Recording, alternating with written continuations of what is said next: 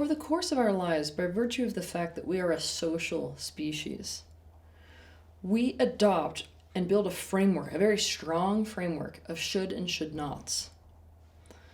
We build this framework specifically from the unique preferences and beliefs of the people around us, most especially those we want to have confluence with.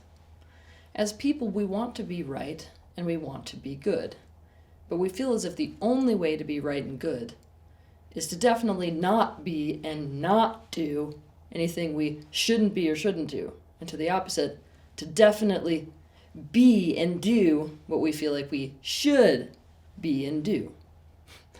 In essence, we should all over ourselves.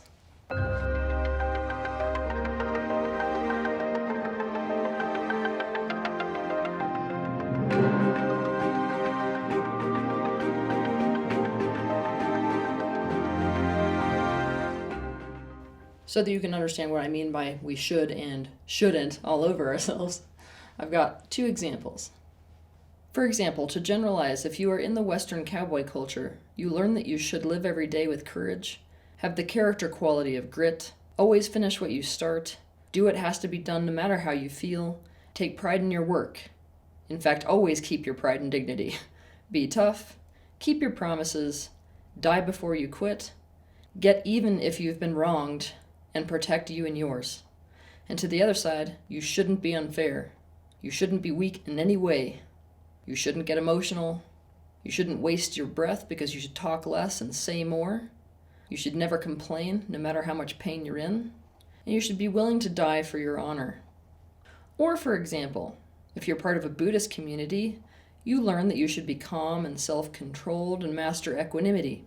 You should speak right, meaning no lies, gossip, harsh speech, or insults. You should be generous. You should be wise, compassionate, have kind thoughts, help others, meditate, and be aware. And to the other side, you should refrain from excess sensual pleasures. You should not have ego. You should never be prideful or selfish. You should not have destructive thoughts. You should never harm other living things. Never take what is not freely given, never speak unkindly, and not care for personal achievement and success. Other than going for one's personal enlightenment, of course. Often we take these shoulds and these should nots as laws that we have to simply conform to, as rules that are just a given. And whenever we decide that something's just a given, most likely that means that it has become subconscious. So we're walking around with these shoulds and should nots even though we're not even necessarily conscious of all of them. We think that should and should not is the way to guarantee our success in life. But the thing is, it isn't. And I'm going to tell you why. 1. When we think that something should be that way, we often slip into this kind of a game where we act as if it is that way even when it isn't. And to the opposite, when we think something shouldn't be a certain way, we have this strange little tendency of acting as if it isn't, even when it is. Guess what? It doesn't matter whether something should or should not be a certain way. That does not negate the fact that something is a certain way or is not a certain way. Therefore, when we are in this mentality of should and shouldn't, we have a tendency to go into denial about what is. What we do is we refuse to acknowledge or accept what is. And if we won't acknowledge and accept what is, we will fail to recognize or work with what is real. If we aren't dealing with what is real, we are not going to get anywhere. The reason I say that we don't have any real power there is because if we start to act from should and shouldn't and imagine that that is so, i.e. illusion instead of reality, we're not going to make the right decisions and we're not going to take the right actions, and so we're not going to get the desired result. 2, when we are operating from should or from shouldn't, or both, we are in a resistant state of being. Whenever we have a solid rule, we resist anything that is not that rule. Therefore, if we think something should be a certain way or that we should do a certain thing, we're usually in resistance to anything internal or external that isn't that. And conversely, if we think something shouldn't be a certain way or that we shouldn't do a certain thing, we're usually in resistance to anything internal or external that is that. We are walking around in resistance to reality, in resistance to what is, which means we're pushing against ourselves and the world. Should and shouldn't thinking often implies a lack of personal truth and a lack of intrinsic motivation. The vast majority of ideas that we have about should and shouldn't, they come from other people. We adopt them, but what that means is we usually swallow them without ever really questioning them. Also, when we are living in this land of should and of shouldn't, we are not usually living according to what we want, right? We've lost touch with what we want. Therefore, this idea of should and shouldn't in our lives acts as a kind of extrinsic motivator. And the thing is extrinsic motivation doesn't work. It's a very poor substitute for intrinsic motivation, meaning a person genuinely wanting whatever it is that they're trying to act in alignment with. Because should and shouldn't acts as an extrinsic motivator, people don't get anywhere. Extrinsic motivation is a horrible motivator, especially when it is not backed by personal desire, or even worse, if it is opposed by personal desire. Essentially, you will notice that you or other people will fail to do what you think you should do because it's not what you really want to do. It's that you simply think you should. Free will and drive become very shaky in the land of should and should not. 4. Should and should not brings us straight into the land of inauthenticity. When we are in resistance to what is because we cannot acknowledge what should not be, and when we are in denial about our truth because we have decided that our truth should be something different, and when we are lying to ourselves that we are a certain way because we've decided that is how we should be, and when we are trying to force ourselves to be how we should be and do what we should do, we are not being authentic. Potentially, we're trying to convince ourselves that we are something that we aren't. We're making ourselves do what we don't want to do. In general, we are either in total denial about our real self because we refuse to acknowledge or accept or recognize any aspect of ourself that does not conform to that picture of what should be, or anything that is that shouldn't be, right? Or to the opposite, we see it. But we're spending our lives in complete resistance to what is that should not be and what should be that isn't. 5. Should and should nots tend to be very rigid and very black or white. As such, they are painful. They're often non-negotiable, and they do not accommodate for the very nuanced reality, potentially gray reality, that we're living in and that we call life. They are closed. They are inflexible. Our should and our should nots are usually driven by fear. We hold on to them because we're so desperate to avoid something. Here's what I mean by this. Let's say that we've got a picture of what we should be and we should do. To the opposite side of that, we have a terror of whatever it would look like to not be that or to not do that. Now to the opposite. Let's say that we've got a picture of what we shouldn't be and shouldn't do. We're terrified of what it would look like if we were that or we did do that thing.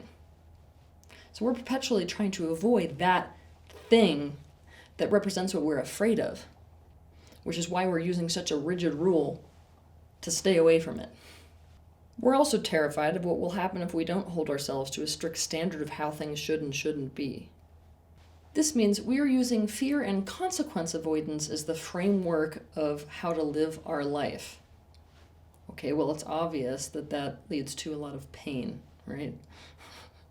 Also, not only does it lead to pain, it leads to extreme levels of pressure. 2, should and should not is a recipe for low self-esteem and also for negatively judging other people. Whenever we've got this rigid idea of what should be and what should not be, and we treat those like these solid rules to live by, in case you haven't noticed yet, we tend to feel as if We can never measure up to this strict picture of what is right and what is good versus what is wrong and what is bad. We're essentially constantly falling short, and therefore slipping into this negative judgment of ourselves because we never quite measure up to our own standards. It also causes us to be rigid with others and to negatively judge them, which other people find painful. Because why? When we've got these very strict should and should nots, they also can't measure up to these standards with which we are moving through life. 8. Our attachment to should and shouldn't keeps fueling fragmentation within our own consciousness. Whenever we have that strict idea of should and should not, we're actively engaged in the process of suppressing, denying, and disowning and pushing against things that we feel like should not be within us. And conversely, identifying with any part that we feel like should be there, or that we can accept, or that we can see. So we're essentially keeping this splitting of our consciousness alive and well. And that is a recipe for all kinds of problems in life. To understand more about this, you can watch my video titled Fragmentation, the Worldwide Disease. 9. Should and should nots act as a barrier to awakening and to awareness. And they do this in 2 primary ways. First way, when we have these concrete ideas of should and shouldn't, we often don't question them. They become rigid. And because we are not in that questioning, we just sort of hook, line, and sinker them, we can keep ourselves completely stuck in ignorance. On top of this, when we will not acknowledge something about ourselves or within ourselves that does not conform to this idea of what should be, and instead see in ourselves things that should be there even when they're not there, we've slipped into total lack of self-awareness. To understand more about this, you can watch my video titled Self-Concept, the Enemy of Awakening. So you can understand better how you will get absolutely nowhere with should or shouldn'ts, I've got some examples for you. The first example I have is Louise. Louise got interested in self-help and spirituality in her very early 20s. This means Louise has read a lot of books. She has studied under a lot of yogis. And she's had a lot of realizations while she has been on plant journeys. Recently, Louise went through a traumatic divorce with her husband. And Louise has been doing a lot of reading lately. She especially loves Osho. She hears the things he says, such as, the more loving you are, the less is the possibility for any relationship. And relationship is a kind of bondage. And relationship is a substitute for your soul. And relationship is needed only because love is not there. And aloneness simply means completeness. Louise decides that a person shouldn't have a need for another person if they are spiritually aware and spiritually developed enough, and a person should be spiritually developed. She also thinks that a person should be whole in and of themselves. Therefore, they shouldn't really grieve if a relationship ends because they didn't lose anything, because they're whole in and of themselves, and that any grief implies a lack of spiritual development, or a lack of awareness, or a lack of consciousness. Therefore, she refuses to acknowledge the fact that she is grieving the loss of the relationship. She walks around saying things like, "You know, I really feel like this divorce is exactly what I'm ready for. I just sense that I no longer need to use another person to feel a sense of completeness and security." But guess what? Louise's idea about what should and shouldn't be don't matter, because it doesn't change what is. And what is that Louise is actually in complete shock that all of a sudden she went from having that predictable life where she knew where it was going to, now I don't even know where my life is headed. She feels lonely and feels afraid and is angry, and her energy levels are decreasing because she's experiencing depression that she will not acknowledge, all because it shouldn't be there. Her refusal to acknowledge what is, because it shouldn't be that way and should be another way, has made it so that her mental and emotional experience is becoming physical. Her sleep cycles are all messed up. She keeps getting infections. She's experiencing fatigue, which she never used to have. And when she went to the doctor for chest pains, she was diagnosed with stress-induced cardiomyopathy. Louise will not get better unless she acknowledges within herself what she feels like shouldn't be there. And unless she stops telling herself that something is there that isn't there because it should be there. Our second example involves Bao. Bao grew up in a family that 100% believes in filial piety, and it just so happens that Bao's parents really care about Bao having status in society. This means they want him to go to the right school, get the right degree, and get the right job, the one that they would be proud of and the one they've wanted him to have since he was born. Bao takes it as a given that a person should do these things. The problem is he has no intrinsic motivation to study anything specific in college. He has interests, but none of them fit into the mold of what his parents have always wanted for him. The problem is, it doesn't matter to Bao what his personal truth is. He knows that he should go to the right school and get the right degree and pick the right job so his parents can be proud. He's living a woefully inauthentic life, and he's also hating his life. For Bao, life is something that he has to force himself through every day. And recently, he started going to a therapist because he really doesn't understand why he keeps having these crazy intrusive thoughts, like stepping out in front of the passenger train that he takes to get to campus every day. Bao wants to be happy, but he's not getting anywhere with his happiness. Why?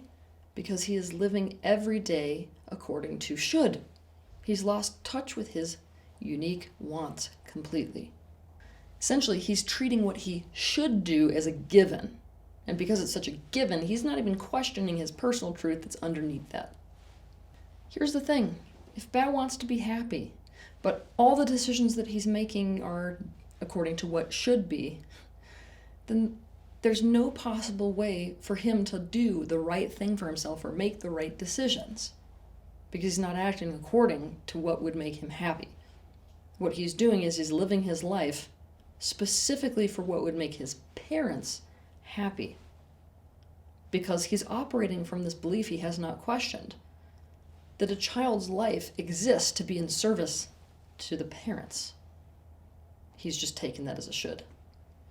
All of this is to say, this is why you will get nowhere when you are using your personal growth or shadow work or life improvement so as to try to get rid of something that shouldn't be, or when you're trying to force yourself to be something that should be.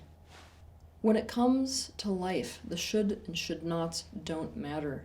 And the faster that you realize this, and the more bravery that you have to look at what is instead, the closer you are to freedom, to intrinsic motivation, to integration, to self-esteem, to awareness, to authenticity, to personal power, and to the life you really want. Have a good week.